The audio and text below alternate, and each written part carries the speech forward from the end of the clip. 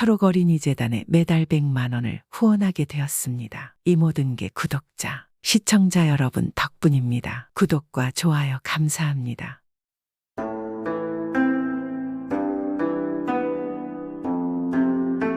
이번 이야기는 송담이라는 조선 최고의 유학자의 뛰어난 해안에 대한 이야기입니다. 송담은 어릴 때는 개망난이이자 한량이었지만 도적에게 죽임을 당한 것을 피하게 되자 정신을 차리고 학문에만 매진하여 조선 최고의 유학자가 되었습니다. 송담은 해안은 보통 사람들과 달랐으며 남들이 보지 못한 것을 보았습니다. 그는 인물이 그렇게 비범하니만큼 육감이 남보다 뛰어나서 보통 사람으로는 능히 할 수 없는 일을 행하는 것이 많으니 여기에 몇 가지 이야기가 전해집니다. 한 번은 그가 김해 부사로 새로 부임하여 관하 지방을 순회하게 되었는데 한 마을에 당도하였습니다. 그런데 어떤 집에서 곡성이 낭자하게 들리었습니다. 그는 이상하게 생각하여 관졸을 보내 그 연유를 조사하여 오라 하였습니다. 그러자 관졸이 돌아와 비통한 모습으로 말하는 것입니다. 나으리, 그 곡성은 다름이 아니라 젊은 안악의 곡성인데 사실인즉 간밤에 집에 불이 나서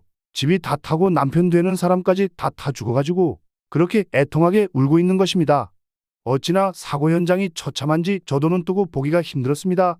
송당은 관졸의 보고를 듣고 즉시 그를 앞세우고 안악이 울고 있는 집을 찾아갔습니다. 가서 보니 과연 집은 불에 타서 흙만 남은 빈터에 불에 타 죽은 시신을 거적으로 덮어놓고는 어여쁜 젊은 안악이 머리를 풀어헤치고 옆에 앉아서 넋두리를 해가며 아주 비통하게 울고 있었습니다.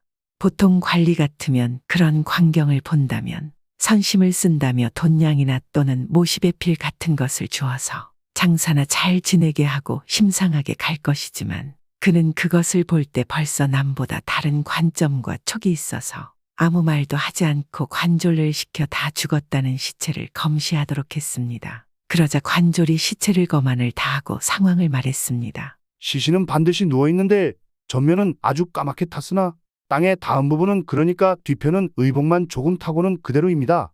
얼마나 불이 크게 났는지 알 수가 있습니다. 송담은 그때까지도 아무 말도 하지 않고 다시 관졸에게 명했습니다. 너는 지금 시장에 가서 돼지 2마리를 사가지고 오너라. 병들거나 시름시름거리는 것 말고 튼튼하고 힘이 넘치는 것으로 말이다. 마을 사람들의 생각에는 송담이 부사이기 때문에 저 여인을 불쌍히 여겨서 돼지를 줘서 장사에 술안주감이나 하게 하려고 그런가 보네. 사람들은 뜻하지 않게 돼지고기를 먹을 것이라 생각했습니다. 그리고 관졸이 송담이 말한 튼튼한 돼지 2마리를 사왔습니다. 그것을 보고 송담이 말했습니다. 2마리 돼지 중에서 1마리는 죽여라. 그리고 살아있는 돼지와 함께 우리에 가두어 놓고 볏짚을 가지고 와서 불을 지펴라. 두돼지 위에다 집단을 잔뜩 덮은 다음에 거기에 불을 지르니 죽은 돼지는 물론 그대로 타고 산 돼지는 뜨거움에 몸부림을 치며 몸 여기저기 불이 붙고 난리도 그런 난리가 없었습니다. 시간이 지나고 송담은 두돼지를 보았습니다. 이미 죽어있는 돼지는 오직 윗부분만 타고 산 돼지는 발버둥치다 온몸이 다 타버린 것을 보고 관졸들에게 말했습니다. 내 범인을 알겠구나. 지금 곡을 하고 있는 저 안악을 당장 붙잡으라. 그러자 관졸들이 안악을 잡아다 송담 앞에 데려다 놓았습니다. 그 광경을 본 마을 사람들은 쑥덕거리며 말하는 것입니다. 지금 남편이 죽어 저리도 비통하게 울고 있는 아녀자를 잡다니 아무리 부사지만 이건 정말 너무한 것 아닌가. 그러나 송담은 안악을 노려보며 말했습니다. 너도 잘 보거라. 이미 죽은 돼지는 윗부분만 불에 탔고 살아있는 돼지는 발버둥을 치다 온몸이 불에 탔다. 여기 시신이 모두 땅에 닿은 편은 타지 않았는데 그것은 이미 불이 나기 전에 죽어 있었다는 것이다. 너는 지금 나온 마을 사람들을 기만하는 것이냐? 어찌 된 것인지 바른대로 고하라. 그러자 여인은 어쩔 줄을 몰라 하고 결국 죄를 실토하였습니다. 부사날이 말이 옳습니다. 제가 남편을 죽이고 불을 질렀습니다. 왜 그리한 것이냐? 그래도 너의 지압이이지 않느냐? 사람이 사람을 해할 정도면 뭔가 연유가 있을 터인데. 그러자 안악이 울면서 말하는 것입니다. 저는 집안의 형편이 어려워 팔려오듯 시집 온 지 1년도 안 된 새색시입니다. 그런데 서방이란 작자는 저보다 20살이나 많고 성실하지도 않았습니다. 매일 술만 먹고 노름판에 가서 종일 있다가 옵니다. 그래서 노름판에서 빚을 많이 지고 그걸 감당하지 못해서 저를 노름꾼들에게 팔려고 했습니다. 그러면 저는 그놈들을 평생 놀이개로 살아가야 될 것입니다. 그래서 술에 독약을 타고 의식이 없을 때 집에 불을 질렀습니다. 물론 지아비를 해하는 것은 어떠한 것도 용서가 안 되는 줄 알지만 저는 제가 한 짓을 후회하지 않습니다. 그 말을 들은 송담은 뭔가를 생각하고는 관졸들을 시켜서 마을 사람들에게 시신이 된 남편의 행실에 대해 물어보고 오라 시켰습니다. 그리고 얼마 후 관졸들이 와서 말하는 것입니다. 나으리 저한에게 말이 모두 맞습니다. 주사도 심하고 안악들도 희롱하며 매일 도박판에서 살았다고 합니다. 그리고 하루도 빠지지 않고 저한악을 때렸다고 합니다. 말 그대로 살가치가 없는 개망난이었습니다.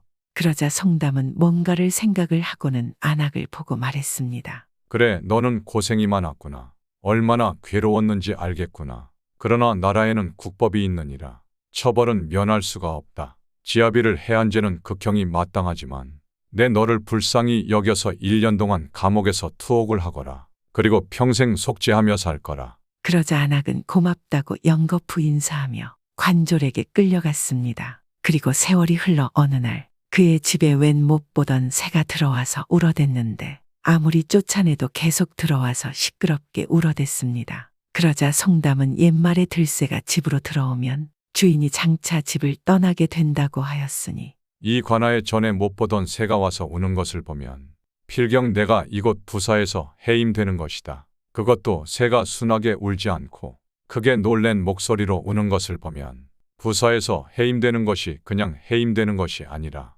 무슨 죄명으로 몰려 해임되는 것이다. 라고 말하고 즉시 집 안으로 들어가 부인에게 말하여 떠나갈 행장을 차리게 하니 부인과 식솔들이 그것이 웬 까닭이냐고 묻자 그저 행장만 차리고 있을 뿐이다. 곧 이곳을 떠나게 될 것이다. 그런데 얼마 후 과연 한양으로부터 금부도사가 내려와서 그를 역적 도모죄로 잡아가게 되었습니다. 그가 김해부사로 있는 중 어떤 탐욕한 권문색가가 문서를 위조하여 남의 전답을 빼앗으려다가 서로 소송이 되었는데 송담이 탐욕한 권문색가의 관상을 알고는 공정하게 판정하여 권문색가를 패소시켰더니 권문색가가 원한을 품고 한양에 가서 그가 역모한다고 무고하여 그리 된 것이었습니다. 그때 중종은 연산군을 몰아내고 새로 즉위한 건만은 임금이었기에 민심이 아직 불안한 중에 있던 까닭에 행여나 신하들이 무슨 역적의 마음을 먹고 반역의 행동이나 하지 않나 하고 항상 불안과 의심을 가지고 사방으로 신복들을 풀어놓고 전국의 관리들의 행동을 살피던 중에 특히 연산군 시대부터 지방 관리로 유력한 사람들을 특별히 감시하던 차에 마침 김해 부사 송담이 반역 음모를 한다는 고변이 들리니 중종은 크게 놀라고 그를 어명으로 당장 잡아올려다 친히 국문을 하는데 어찌나 심하게 문초를 하던지 불과 얼마 안 가서 장대한 그의 골절이 다 부러졌습니다. 그러나 그는 원체 애매한 증거에 아무런 고문을 하여도 절대로 불복하고 되려 임금에게 물었습니다. 어떤 자가 이런 고변을 하였습니까? 문초를 당하더라도 어떤 연유며 누가 고했는지는 알아야 하지 않겠습니까? 어차피 무고죄로 여기서 생을 마감할 수도 있습니다. 평생 이 나라의 충심으로 살았습니다. 그 정도는 가르쳐 주실 수 있으시지 않습니까? 그러자 임금도 숨기지 않고 아무개가 그렇게 고변하였다고 하였습니다. 당연히 김해에서 문서를 위조해 가지고 남의 전답을 빼앗으려던 탐욕한 권문세가였습니다. 송담은 그제야 안심하고 전후 사실을 임금께 아뢰는 것입니다. 만일 사실대로 소인이 죄가 밝혀진다면 그때는 어떠한 형벌까지 달래받겠습니다. 그리고 다만 경주의 권문색가가 소인보다도 그자와 부정이 더 심할 터이오니 그놈을 불러다가 하문하신다면 소신이 무죄하는 것을 증명할 수 있을 터입니다. 전하 부디 통촉하여 주시옵소서. 그래서 임금이 다시 권문색가를 데려다 신문한 즉 과연 송담의 말과 부합함으로 중종도 그제야 그가 무고한 것을 알고 석방하는 동시에 권문세가는 도리어 무고죄로 어명을 받게 되었습니다. 송담은 그때부터 다시 벼슬의 뜻을 두지 않고 낙향했습니다. 여러 해 동안 애를 쓰며 나라 일을 하여도 위에서 알아주지 못하고 이런 역경만 당하니 차라리 고향으로 돌아가서 숨어 있는 것이 좋겠다. 그는 후에 다시 조정의 부름을 받아 형조 참판까지 하였으나 기묘사화가 일어나서 여러 관리들이 간신들에게 애매하게 몰려 형벌을 받게 되고 송담 또한 연좌되어 관직을 빼앗기고 그 후 무술년에 다시 경상부사로 다시 부임하였다가 마지막에는 병조참판까지 하고 나이 70에 돌아가니 나라에서는 이조판서의 증직과 문목이라는 시호를 붙여주었습니다. 이렇게 송담은 조선 최고의 유학자이며 남보다 다른 해안이 탁월했다고 전해지고 있습니다.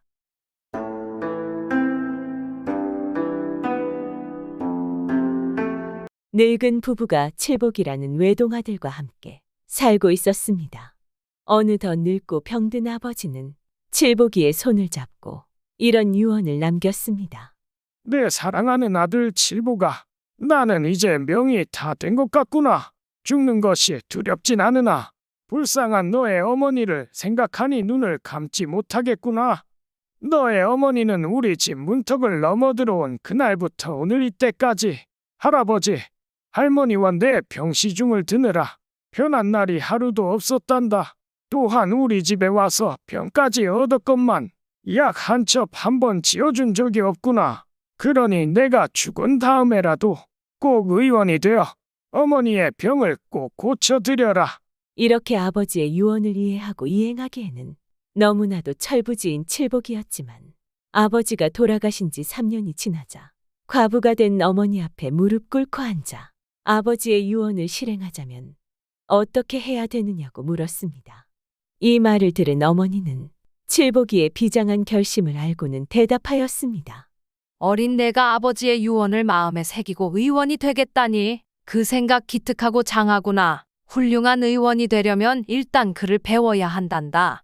그래서 써놓은 의서들을 읽어야 하겠는데 우리 집엔 너를 서당에 보낼 만한 돈도 없고 이애미는 무식하다 보니 너를 알려줄 수도 없구나. 그러니 미안하지만 내 앞길은 내 손으로 마련해야겠다. 옛말에 앉은 영웅보다 나돌아다닌 무식쟁이가 낫다고 했으니 방방곡 꼭 돌아다니며 보고 들으면 견식도 넓어지고 아는 것도 많아질 게다. 기왕 내가 큰일을 하려고 하는 이상 이애미 걱정은 말고 내일부터라도 집을 떠나도록 하거라. 어머니의 말씀은 그러하오나 아프신 어머니를 혼자 두고 제가 어디를 갈 수 있겠습니까?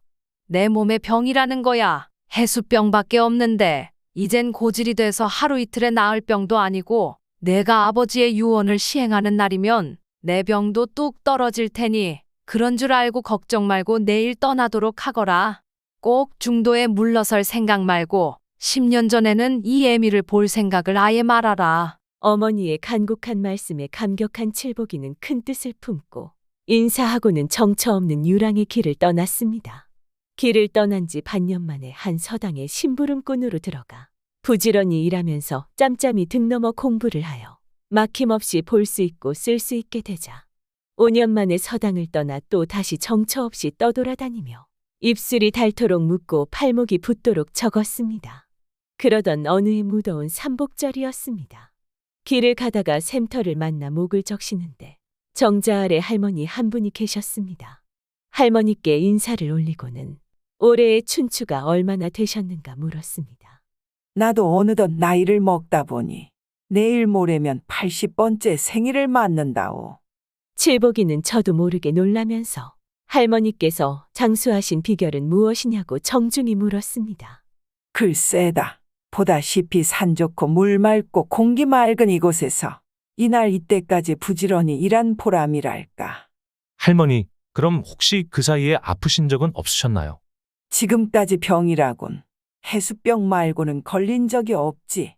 해수병이라는 말에 칠복이는 바싹 다가앉으며 물었습니다. 할머니, 무슨 약을 쓰셨나요? 글쎄, 내 신세의 약은 무슨 약이겠나. 그때 지나가던 한 노인의 말씀대로 불개미를 잡아먹었지. 그래서 효험을 보셨나요? 보고 말고 그 후부턴 이날 이때까지 약이라곤 통 모르고 지냈다네. 이 말을 들은 칠복이는 그 즉시 고향으로 달려가 어머니의 병을 고쳐드리고 싶었습니다.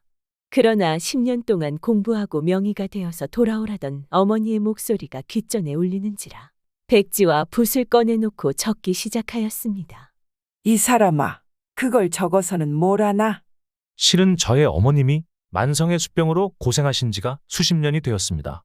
그래서 돌아가면 어머니의 병을 고쳐드리고 또 후세들이 해수병에 걸리면 할머니 말씀대로 치료해드리려고 적고 있습니다. 이렇게 칠복이는 가는 곳마다 묻고 적은 내용들을 정리하여 책으로 묶어 두었습니다. 물처럼 쉼없이 세월은 흘러 칠복이가 집을 떠난 지도 어언 8년이 되었습니다. 그동안 갈아 신은 집시는 얼마며 발이 터져 흘린 피는 얼마인지 모릅니다. 괴롭고 고통스러울 때마다 어머니는 이 시각에도 해수병으로 고생하시면서도 이 아들이 훌륭한 의원이 되어 돌아오기를 빌고 있겠지. 그런데 내가 이렇게 편안히 보낼 수 있단 말인가 하고 자문자답하면서 지새운 밤도 얼마인지 모릅니다. 이렇게 8년 세월을 보내고 하루는 달과 별과 동무하여 온 밤을 걷다 날이 밝아오는데 자세히 사방을 둘러보니 꿈에서도 그리던 고향 마을 뒷산이었습니다. 그렇게 자신의 집을 바라보며 달려가려던 칠복이는 못 박힌 듯 집 앞에 선 채 눈물을 쏟고야 말았습니다.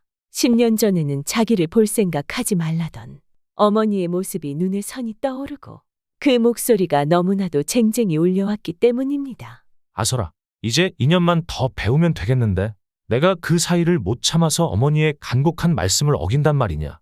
칠복이는 붓을 꺼내어 해수병에 대한 처방을 똑똑하게 쓰고는 집 울타리 안에 떨어뜨렸습니다. 이때 어머니의 기침 소리가 들려오자 문을 열고 뛰어들고 싶었으나 속으로 눈물을 삼키며 발길을 돌리었습니다. 어머니, 이제 2해만 더 기다려주세요. 아버지의 유언대로 어머니 말씀대로 꼭 훌륭한 의원이 되어 돌아오겠습니다. 칠복이가 이렇게 큰 뜻을 품고 2년을 더 배워 10년이 되던 그해 늦은 봄날이었습니다. 꽃들이 만발한 속으로 건노라니 갑자기 백발로인 한 분이 웃음을 띄우고 자기 앞에 나타나서는 말을 하였습니다. 내가 여기서 자네를 기다린 지도 어언 10년이 되었네. 자네의 이름이 칠복이 맞지 않는가? 누구시온데 비천한 소생의 이름까지 알고 계십니까? 허허허, 나야 이 산속에 살다 보니 아무것도 모르는 둔재이지만 바로 10년 전에 천문도사께서 경치 좋고 아름다운 이곳에 오셨다가 이 책과 침구를 주면서 임자가 찾아올 것이니 주라고 하셨네. 이젠 주인을 만났으니 한시름 났네. 어서 밖에나. 백발로인은 어리둥절에 서 있는 칠복이에게 전서와 침구를 넘겨주고는 천문도사께서는 이 책을 주면서 부디 천문을 누설하지 말 것이며 전설을 통달한 후에는 안다고 뽐내지 말라 하셨네. 그리고 자네가 아무리 천설을 가졌다 해도 천민들의 병을 고쳐주지 않는다면 전설은 쓸모가 없다고 하셨네. 그러니 이 말을 가슴에 새기고 명심해서 처사하도록 하게. 라고 하더니 말씀이 끝나자 갑자기 실안개 속으로 소리 없이 사라졌습니다. 칠복이는 꿈을 꾸지나 않았나 해서 눈을 비비고 다시 봐도 노인은 간 곳 없는데 자기 손에는 확실히 천서와 침구가 쥐어 있었습니다. 그제서야 아차, 그 노인님이 바로 천문도사였구나 하는 생각이 번개치듯 하는지라 도사님하고 목청껏 부르며 찾아보았으나 허사였습니다. 칠복이는 내가 눈을 편히 뜨고서도 천문도사를 몰라보았지만 후일 도사님의 말씀대로 처사해서 그 은혜에 보답하리라고 생각하며 천서를 읽고 읽었습니다. 읽을수록 힘이 나고 읽을수록 앞이 환해졌습니다. 이렇게 10년이 되어 어머니를 찾아간 칠복이는 우선 어머니의 해수병에 대하여 물었습니다. 그랬더니 어머니는 어느 날 우리 집 마당에 뜬금없이 약 처방이 있길래 그대로 했더니 죄다 나았다는 것이었습니다. 칠복이는 그 처방을 알려주신 할머니의 모습을 그리며 빙그레 웃었습니다. 그래, 10년 동안 누구한테서 뭘 배웠느냐? 훈장님께 글을 배웠고 백성들한테서 의술과 처방을 알았으며 천문도사께 천서와 침구를 얻었습니다. 훈장님한테서 글을 배웠으니 그 은공 잊지 말고 백성들한테서 의술을 배웠으니 앞으로 백성들의 병을 이 애미병으로 알고 치료해드려라. 그것만이 천문도사의 은혜에 보답하는 길이다. 이때부터 칠복이는 자기를 찾아오는 환자는 물론이요, 누가 앓는다는 소식만 들으면 야밤중이라도 찾아가 봐주고야 시름을 놓았습니다. 소문을 듣고 환자들이 떼를 지어 모여들었고 환자들이 모여들수록 칠복이는 눈코 뜰 새 없이 바빴지만 그럴수록 사는 보람을 느꼈습니다. 그러나 한 해 두 해 흘러가고 이름이 나고 생활이 펴지자 기와집을 덩실하게 지어놓고 꽃 같은 꽃분이를 아내로 얻고 보니 환자들에 대한 정성이 나날이 못해갔습니다. 이런 일로 인하여 모자지간에 가끔 가다 언성이 높아갈 때도 있었습니다. 얘야, 요즘 너가 많이 변한 것 같구나. 어머니가 물으시면 칠복이는 시무룩 웃으며 어머니도 만물이 철따라 변하는데 나라고 변하지 않을 리가 있습니까 하고 스쳐 넘겼으나 자기도 모르게 빈손으로 찾아오는 환자들은 대충 봐주고 밤에 찾아오는 환자를 보면 먼저 이맛살을 찌푸리게 되고 양반들이 돌아갈 때면 쫓아가며 인사하게 됨을 느끼고 있었습니다. 그러다 보니 찾아오는 환자들은 차츰 줄어들기 시작하였습니다. 그러던 어느 날 밤, 방금 잠이 들었는데 선생님 계십니까 하고 누가 불렀습니다. 이 밤중에 자기를 찾아온 것은 급한 환자가 있기 때문이라는 것인데 칠복이는 두세 번이나 불러서야 자리에서 돌아 누우며 누구시오 하고 물었습니다. 저는 윗마을에 살고 있는 청년입니다. 아버님이 병환이 위급하여 선생님을 모셔가려고 달구지까지 가지고 왔습니다. 그 말을 듣고 이맛살을 찌푸리던 칠복이는 코를 번쩍 쳐들더니 문 밖에 대고 소리쳤습니다. 이 미련한 사람 봤나? 달구지까지 가지고 올 바에 아버지를 싣고 왔더라면 시간도 앞당기고 내가 병도 볼 수 있지 않겠나? 나도 몸이 아파 방금 약을 먹고 누워서 있는 중일세. 이렇게 그럴듯한 거짓말을 아무런 가책도 없이 척척 꾸며대었습니다. 선생님, 황소같이 미련한 저도 그것만은 알겠사오나 저희 아버지께서 운신할 수가 없는 딱한 처지여서 체면을 무릅쓰고 이렇게 왔사오니 한 번만 다녀와 주시면 그 은혜 대대손손 두고두고 있지 않겠습니다. 하, 딱 한 사람 다 보겠네. 자네는 아버지가 중요하지만 내가 그곳에 갔다 와서 몸져 누우면 늙으신 우리 어머니와 젊은 아내는 누가 돌보고 숱한 환자들의 병은 또 누가 고쳐주겠나. 그러니 어서 돌아갔다가 날이 밝은 다음에 수레에 다 모시고 오게나. 선생님 제발 사정합니다. 소원이오니 한 번만 다녀와 주십시오. 이렇게 꿇어 앉아 두 손 모아 비옵나이다. 이 딱 한 사람 다 보겠네. 그만큼 말했으면 알아듣고도 남겠는데 남은 잠도 못 자게 성화인가. 냉큼 돌아가게. 이 말을 듣고 화가 난 청년은 칠복이 앞으로 다가서며 으름장을 놓더니 번개같이 달려들어 햇병아리를 채가듯이 칠복이의 목덜미를 덥석 잡더니 단숨에 강을 건너고 산을 넘어 산속 외딴 동굴 안으로 쑥 들어갔습니다. 칠복이가 그제서야 정신을 차려보니 자기 앞에는 늙은 구렁이 한 마리가 꿈틀거리고 있었습니다. 너무나 놀라서 악소리를 지르며 뒷걸음질 쳤습니다. 놀라지 마시오. 이는 우리 아버님이요. 아버지께서 이런 병에 걸리셨기에 모시고 가지를 못했소. 그러니 정신을 바싹 차리고 우리 아버지의 병을 고치도록 하시오. 병을 고치면 털끝 하나 안 다치고 집까지 모셔다 드리겠지만 태만하거나 모르쇠를 대고 고치지 못하는 날이면 이 산중에 귀신이 될 줄 아오. 닷새 동안에 고쳐야 하오. 칠복이는 얼굴에 흐르는 비지땀을 훔치며 사방을 둘러보니 동굴안 같은데 자기 양옆에도 앞에도 장사 같은 젊은이들이 서 있는 것이 없습니다. 영락없이 죽었다고 생각하니 천문도사께 미안한 생각이 났습니다.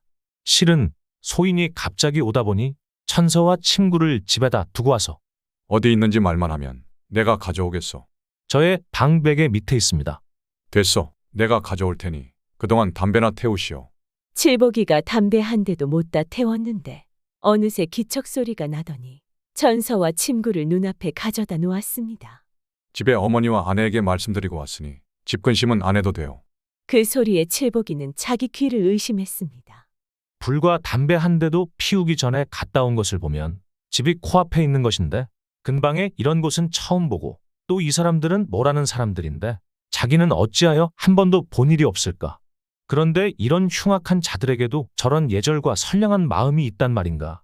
이렇게 생각하며 부지런히 천서를 뒤적이고 있는데 천서의 마지막 장에 약 처방이 있었습니다. 이 늙은이는 구렁이 허울을 쓴 병인데 혈육지간에는 사람으로 보이나 다른 사람들의 눈에는 구렁이로 보이는 것이었습니다. 어르신들, 천서에 쓰여 있기를 청도끼 1000개와 큰독 10개의 약수물을 가득 채우고 도끼를 달굴 수 있는 풍구를 10개 만들어야 고칠 수 있습니다. 고칠 수만 있다면 청도끼 1000개는 고사하고 10만 개라도 문제없어. 내가 가서 도끼를 구해올 테니 둘째 너는 큰독 10개를 얻어다 놓고 약수물을 길어다 채워라. 셋째는 돌을 깨다가 벽을 쌓고 통나무를 찍어다 풍구 10개를 만들어라. 이 말이 떨어지기 무섭게 불과 하룻밤 사이에 모든 준비가 끝났습니다.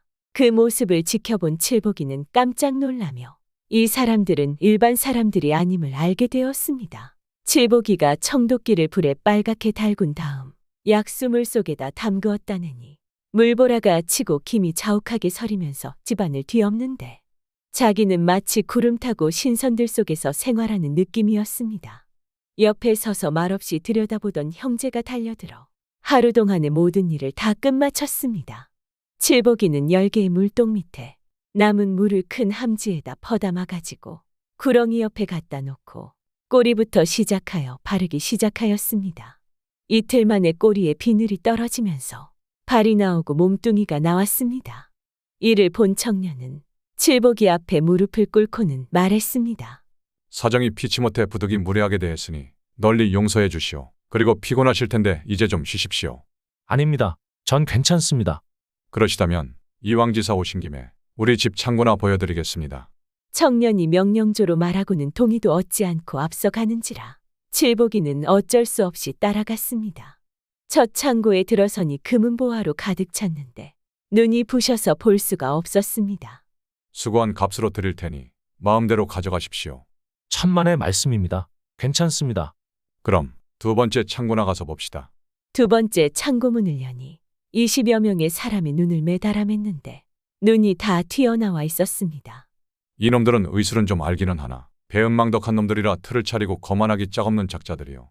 눈은 어찌나 높은지 양반나리들밖에 모르더니 죽어서도 본성을 못 고치어 저렇게 눈이 삐져나왔어. 이렇게 말한 뒤 청년은 칠복이를 바라보고는 30번째인 빈 갈구리를 가리키며 말하였습니다. 이 30번째 빈 갈고리는 본래 선생님의 차례였어. 우리 아버지의 병을 못 고치면 눈을 떼어 매달려고 했는데 이제는 필요 없게 됐어. 그 소리에 칠복이는 초풍할 지경으로 놀라며 다리맥이 탁 풀리면서 두 다리가 후두루들 떨리어 폴싹 주저앉을 뻔하였습니다. 이때 둘째가 달려오더니 아버지께서 병이 다 나아 의원을 찾는다고 하였습니다. 두근거리는 가슴을 안고 노인 앞에 다가선 칠복이는 그만 눈물을 잘잘 쏟으며 한 번만 용서해달라고 빌었습니다. 그 노인은 다름 아닌 전서와 침구를 주면서 천민을 위해 정성을 다하라고 간곡히 부탁하던 그 할아버지 천문도사였기 때문입니다. 소생이 지은 죄가 태산 같사오나 한 번만 속죄할 기회를 주옵소서. 그러자 천문도사는 빙그레 웃으며 그래, 잘못을 알면서도 고치지 않는 것이 더욱 큰 죄악이니 일구이언할 필요 없다. 잘 가거라. 대답도 하기 전에 청년이 칠복이를 부축하여 일으켜주며 자, 어서 일어나시오. 선생님의 의술이 고명한 덕에 불효자식인 우리들은 효성을 보이게 되었으니 선생님을 모셔다 드리겠습니다. 제 등에 업히시오. 웬 황송한 말씀을 제 발로 걸어가겠습니다. 하하하, 천만리기를 어떻게 걸어가신다고 그럽니까? 사양 마시고 얼른 업히시오. 칠복이가 업히니 바람 소리가 귀천에서 앵앵하는데 눈 깜짝할 사이에 자기 집 마당에 와서 내렸습니다. 칠복이가 인사하려고 돌아다 보니 청년은 오간데 없었습니다.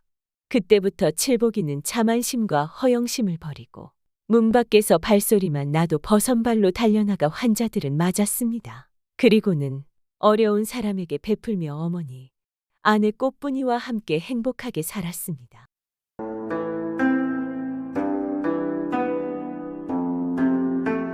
옛날 옛적 어느 곳에 한 선비가 딸 하나 낳고 아내가 죽어서 후처를 얻었는데 이 후처는 제가 낳은 자식을 여러 때리고 와 살면서 의붓딸을 몹시 구박했습니다.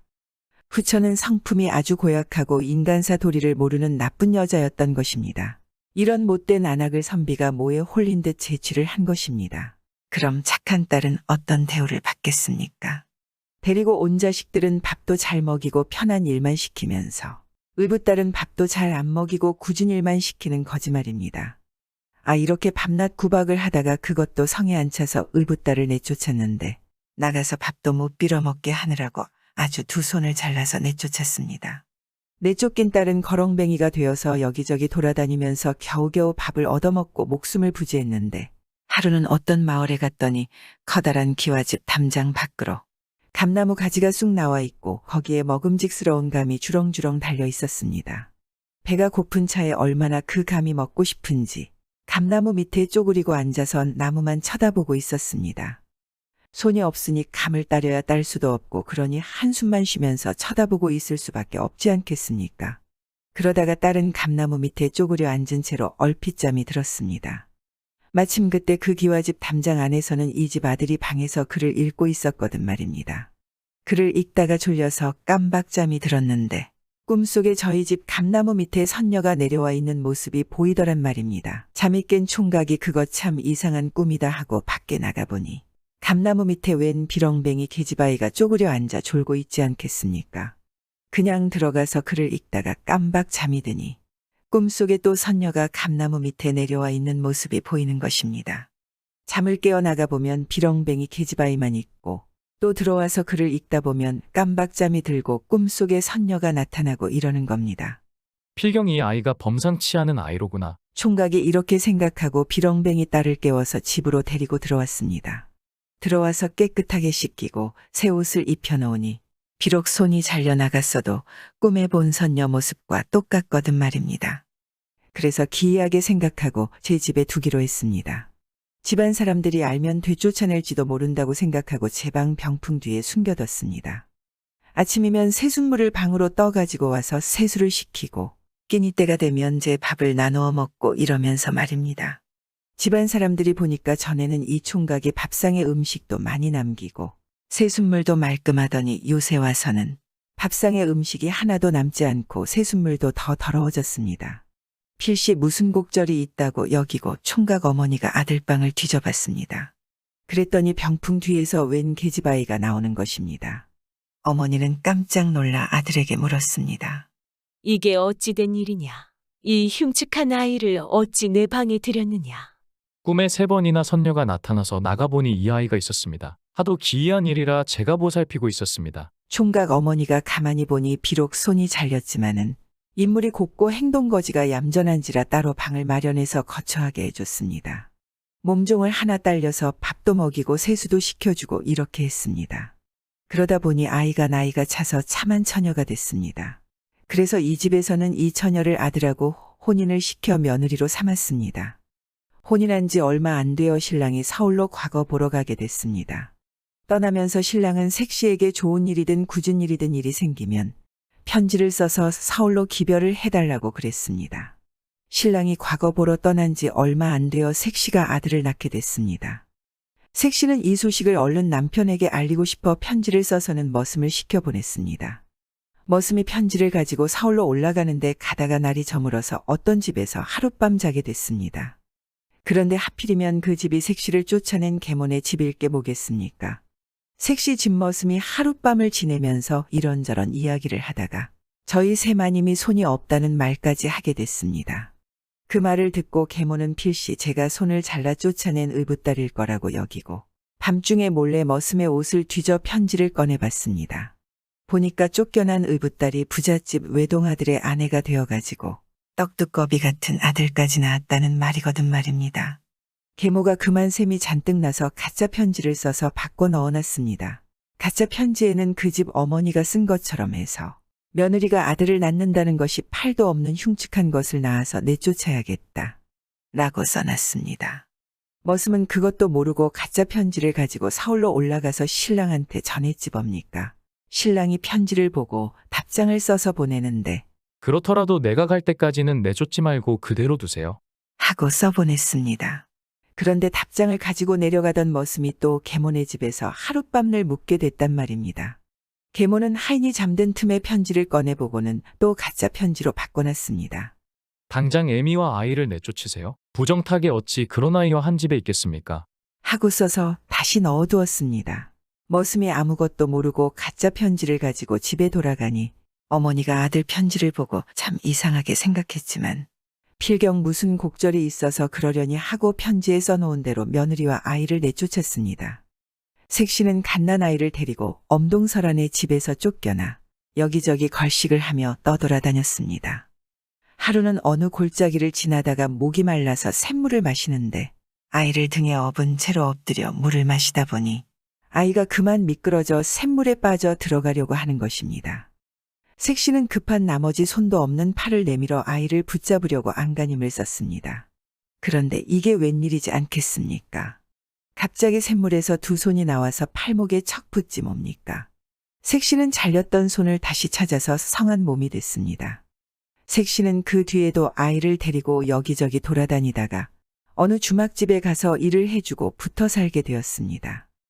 서울로 과거 보러 간 신랑이 급제를 해가지고 집으로 돌아와 보니 색시와 아이가 쫓겨나고 없지 뭡니까. 자초지종을 들어보니 누군가 편지를 바꿔치기 했다는 것을 알았지만 우선 색시를 찾는 일이 더 급하니 색시를 찾아 나섰습니다. 신랑은 등짐장수 차림을 해가지고 방방곡곡을 돌아다니면서 색시를 찾았습니다. 몇 년 동안 찾아다니다가 어느 주막에 들게 되었는데 거기에서 제 색시하고 똑같은 사람을 봤습니다. 그런데 두 손이 성한 사람이라 세상에는 저리도 닮은 사람이 있구나 하고 보고 있었습니다. 색시는 색시대로 제 남편하고 똑같은 사람이 주막에 들었는데 등짐장수 차림이라 세상에는 저리도 닮은 사람이 있구나 하면서 보고 있었습니다. 그때 아이가 제 아버지를 보고는 쪼르르 달려가서 아버지, 우리 아버지? 하고 안기는 것입니다. 아이는 제 아버지 얼굴을 본 적이 없건만 천륜으로 알게 된 것입니다. 그러니까 천륜은 무서운 거지 않겠습니까? 그 후 남편은 정승판서까지 지내고 사람들에게 칭송받는 사람이 되었습니다. 아내도 남편 못지않게 어려운 사람들을 도우며 오래오래 살았습니다. 자식도 많이 낳아서 모두 높은 벼슬까지 올라 부모들과 마찬가지로 선행을 하며 살았습니다. 가짜 편지를 써서 색시를 해코지 한 계모는 관에 고해서 벌을 받게 됐는데 옥중에서 이상하게 알 수 없는 병에 걸려 눈이 멀고 입이 뭉그러져 말을 할 수 없게 되었습니다. 이런 지경이지만 죽지도 않고 오래 살아서 평생 감옥에 있었습니다. 사필기정이란 일을 두고 하는 말 아니겠습니까? 요즘에도 자신의 욕심 때문에 남을 해하려는 사람이 있습니다. 그런 사람들은 눈도 멀고 입도 닫게 될 수 있습니다. 꼭 명심하세요. 구독은 공짜입니다.